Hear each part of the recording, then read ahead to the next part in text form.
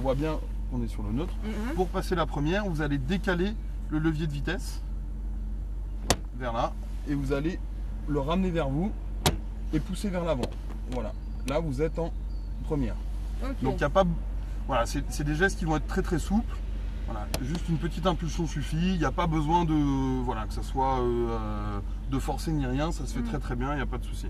Okay. Donc là, on va pouvoir aller, du coup on va contourner la voiture. La voiture. Ah oui, voilà. Ah oui, ça change de ma voiture, en effet. Et donc là, on va partir sur la droite. Donc les clignotants, c'est comme un véhicule classique. Hein. Voilà. Ok.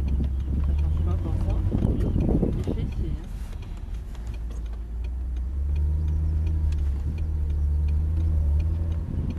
Donc là, ouais, vous voyez, ça patine déjà un peu. Ouais. Donc on va y aller tranquillement. Donc là, c'est la voiture qui va passer elle-même ses vitesses. Donc vous êtes déjà en seconde. Si vous voulez monter votre carreau, c'est dans la portière. Vous avez le petit bouton pour monter le carreau.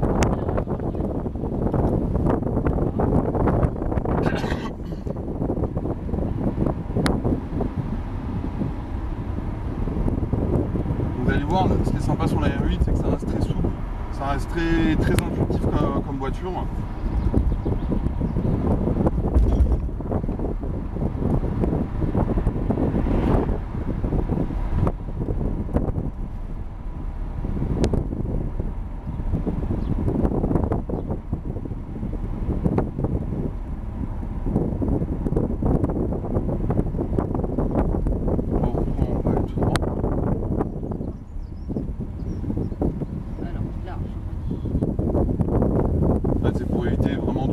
Bordure, trottoir. C'est vrai que les gens n'apprécient pas trop les... Non,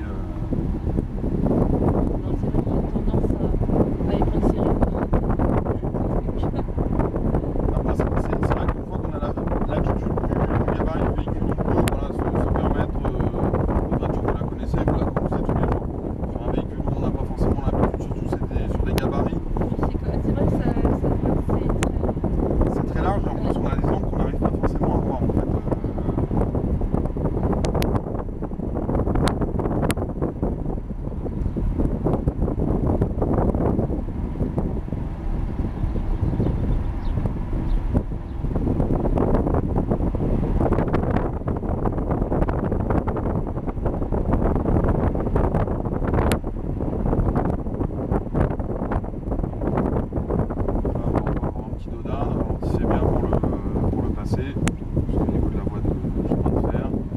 À l'arrêt. Ça passe tout seul.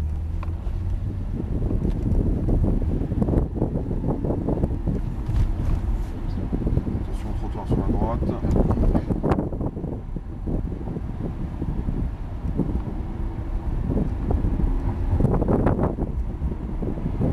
Là au fond on prendra à gauche. Pas de levier de vitesse. Le petit réflexe. Donc garder le pied sur le frein, c'est ça? C'est ça. D'accord. Sauf si vous êtes bien évidemment sur du plat, mais...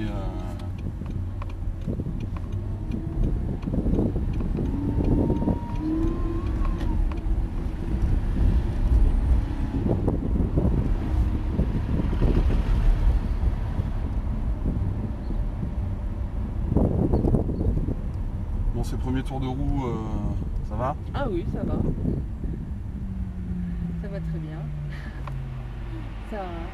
Ça change de ma voiture qui est un peu poussive. J'aime bien, mais c'est vrai que... Voilà, on sent que... Voilà, on sent qu'il y a... Parce que sur la mienne, j'ai tendance à appuyer un peu plus pour qu'elle va. Et là, je vois, si j'appuie trop, elle va décoller. Donc, j'essaye d'avoir le pied un peu plus léger que d'habitude. C'est vrai que c'est...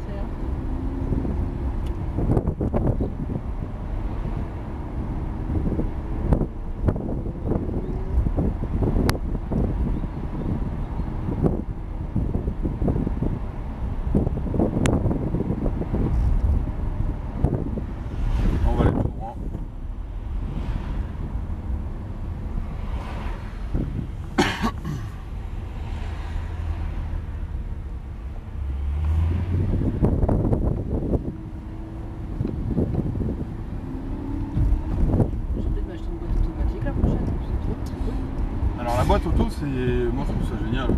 c'est un peu des voitures de feignants, hein, mais on s'y fait très très bien.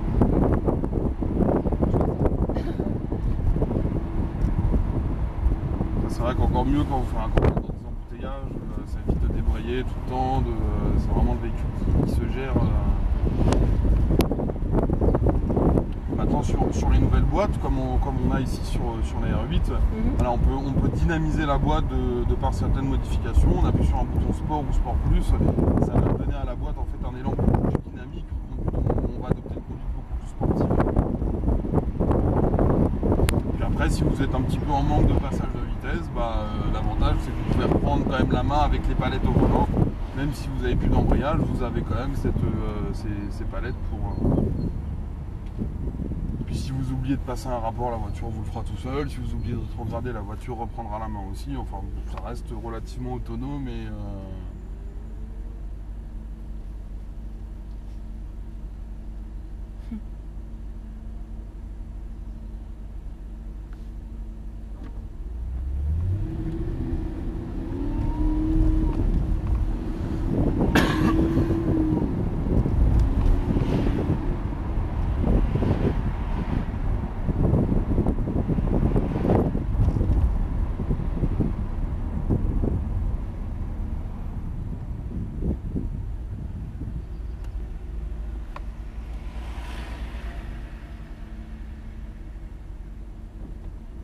vous vous sentez à l'aise?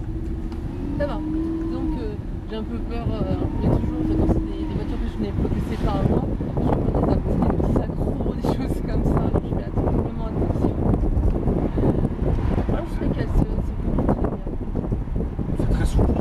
C'est ce qui est pas mal avec une Audi R8, voilà, c'est que ça se rapproche quand même beaucoup d'un véhicule de série classique, de par son habitat, son intérieur, ses commandes, etc. On n'est pas sur de la Ferrari, on est plus sur une ambiance course. On est sur des choses beaucoup plus nerveuses, beaucoup moins confortables à rouler au quotidien. L'avantage d'une R8, c'est qu'au quotidien, si on a les moyens, ça s'utilise très très bien.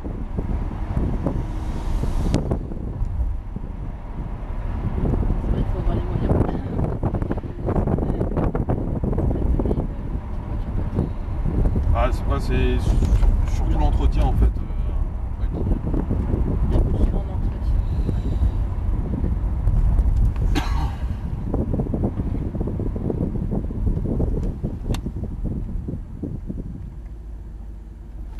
Donc là en fait on va aller jusqu'au Pedralta. C'est le restaurant portugais qui est en bordure de tangentielle, et puis on va reprendre la tangentielle.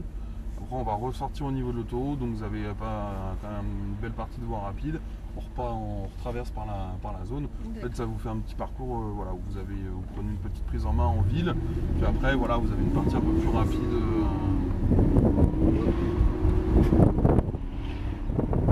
On est tenté. Hein. Oui.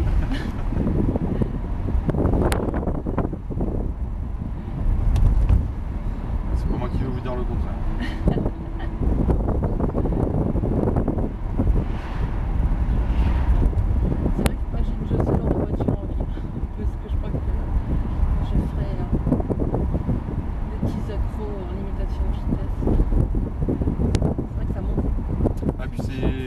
C'est vite arrivé, hein, même ne serait-ce que 70 ou 80 sur une route comme ça, on ne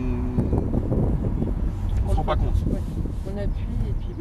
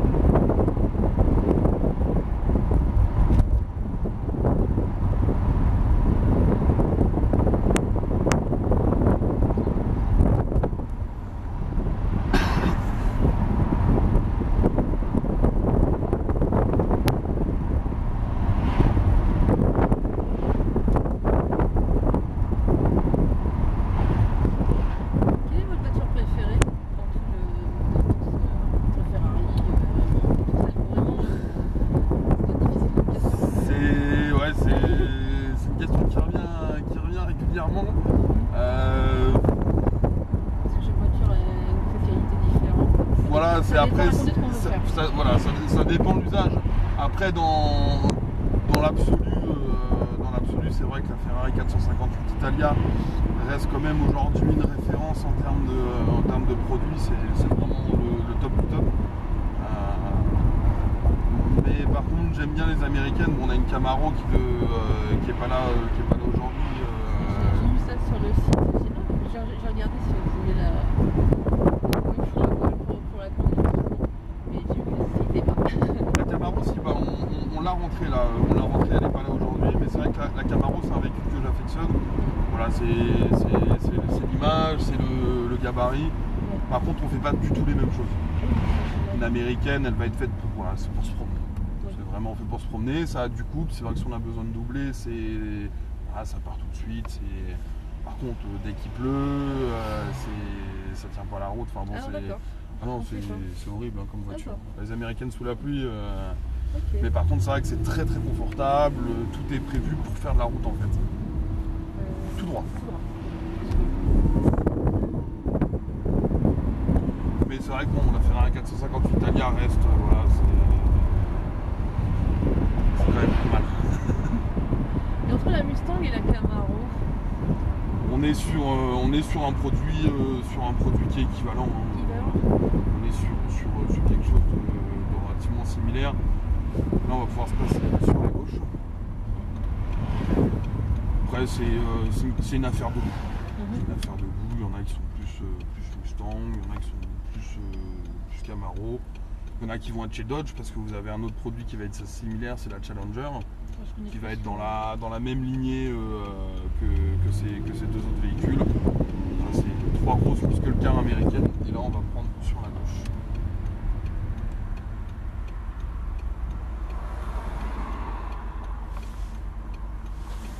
là j'aurais avancé plus avec ma voiture, mais là je le fais pas.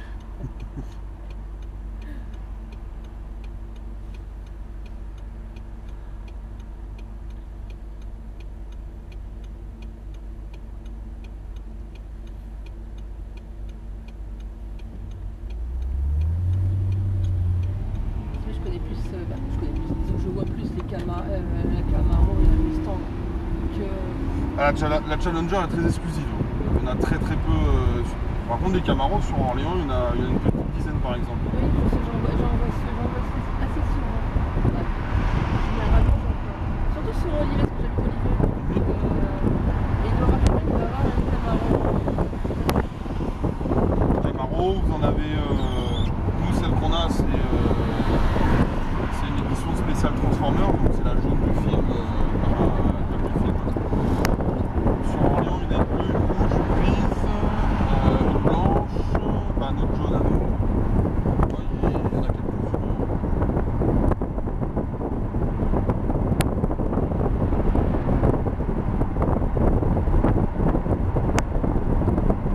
Et à l'achat, c'est un véhicule qui est relativement raisonnable aussi. Camaro aujourd'hui à 30-35 000 €, je dois en trouver. Raisonnable entre guillemets, mais ça reste abordable pour un véhicule plaisir. On sait ce qu'on veut et qu'on économise et des choses comme ça.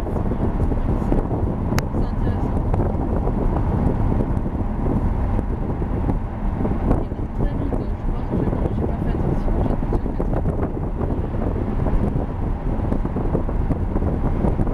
Ouais, c'est 90. C'était la chose 70.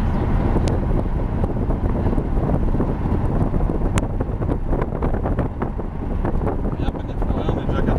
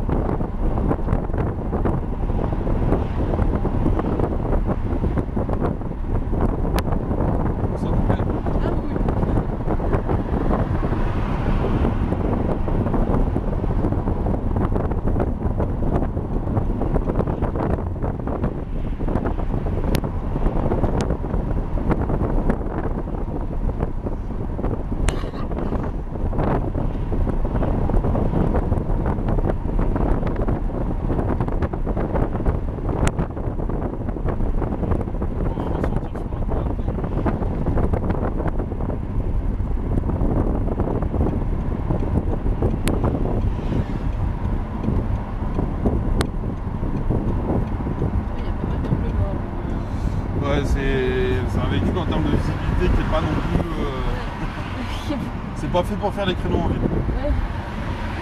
Mais déjà la mienne, je le respecte parce que des fois je vois pas forcément. Alors là, celle-là, elle est tellement grande.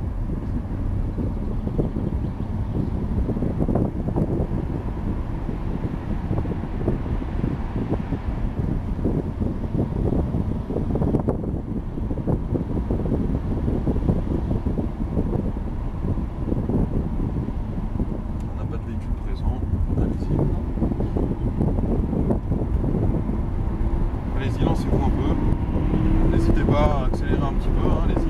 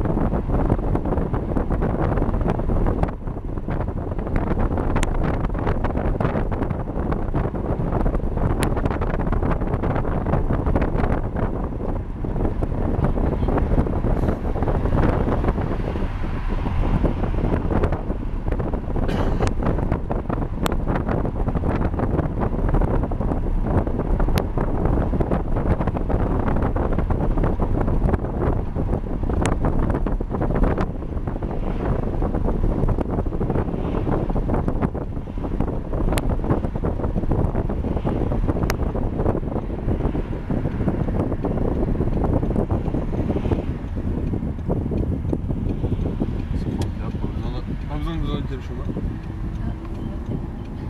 Ah, je connais.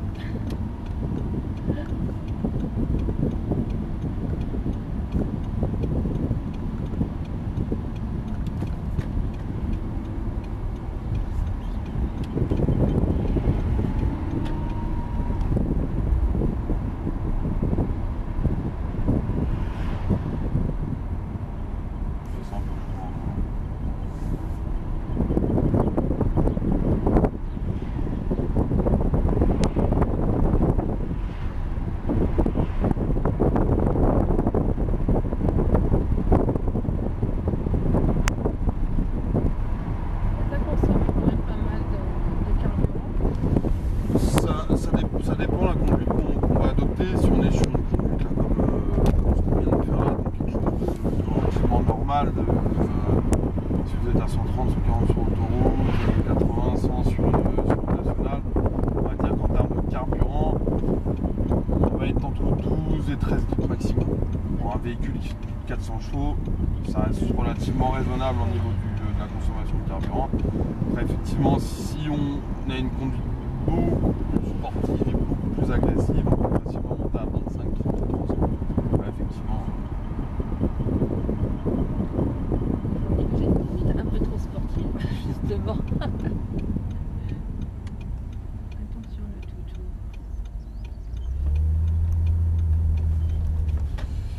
Et là, on va aller chercher la première place.